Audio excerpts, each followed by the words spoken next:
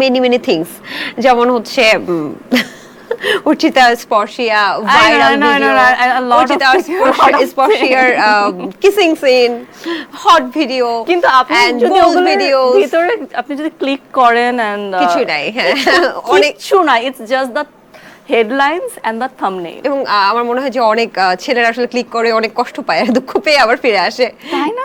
একদমই, মানে এত সুন্দর হেডলাইন, ভাই ভেতরে ঢুকে দেখি আমি কিছু নাই। এটাই তখন বলছি, মানে যে শুরুতে আমরা যেটা বলছিলাম যে এই যে আমরা তিলকে তাল বানিয়ে ফেলি এবং জাস্ট ভিউ এর কারণে যে একটু ডলার বেশি আসবে এই লোভে হচ্ছে কি আমরা যে একটা মানুষের ইমেজ নষ্ট করে ফেলি কোনো কিছু চিন্তা ভাবনা না করে।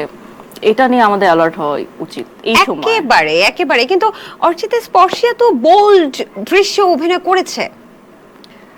বোল্ড অর্থ আসলে আপনার কাছে কি, বোল্ড অর্থ আমার কাছে কি? আপনি যেটাকে বোল্ড দৃশ্য বলছেন সেটা যদি ব্যাখ্যা করতেন তাহলে হয়তো আমি বিষয়টা নিয়ে কিছু বলতে পারতাম। এটাকে আসলে আমি নেগেটিভ সেন্সে বলছি না, আমি বলছি যে সাহসী দৃশ্য, যেমন আমরা দেখেছি কাঠবিড়ালিতে আপনাকে খুবই আবেদনময়ী কিছু চরিত্রে অভিনয় করতে বা কিছু সিনে দেখেছি, তারপর যদি বিভিন্ন জায়গায় তো আমরা দেখেছি, তাই না? এই বিষয়গুলো আমার কাছে সবচেয়ে সাহসী মনে হয় যখন বুক ফাটায় কান্না করি, আমার কাছে মনে হয় ওটা সবচেয়ে সাহসী, কারণ আমি খুব চাপা স্বভাবের মানুষ এবং আমি আমার চোখের পানি কাউকে দেখতে দেই না, কিন্তু আমি যখন সিন করি ওখানে যখন আমি কাঁদি এবং এটা আমি জানি যে পুরো দেশবাসী দেখবে, আমার কাছে এটা সবচেয়ে সাহসী সিন।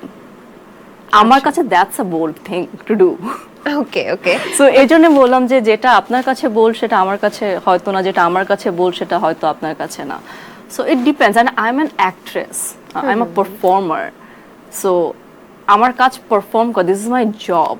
এখন এটা কান্নার সিন হতে পারে, এটা রোমান্টিক সিন হতে পারে, এটা হাসির সিন হতে পারে, এটা